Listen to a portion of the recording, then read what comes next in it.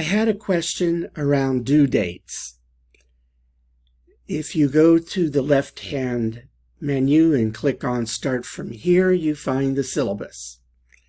And in the syllabus, you will find the due dates.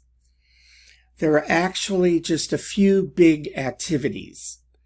The Team Research Paper 1, Team Research Paper 2, they're related, and then the creation of a narrated slide deck on the research topic.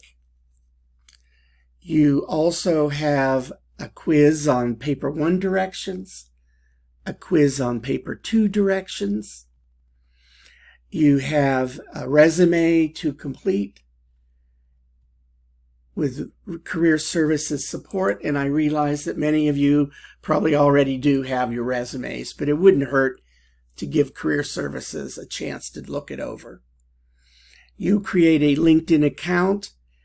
I realize that many of you probably already have a LinkedIn account. And there is a kind of a cool LinkedIn case study in which you look at 3 different chapters and work on 3 different types of writing. Your Yellow Dig, I don't see people having issues with it at this time. And then the comprehensive final examination. I hope this clarifies in case some of y'all were asking questions. Thank you.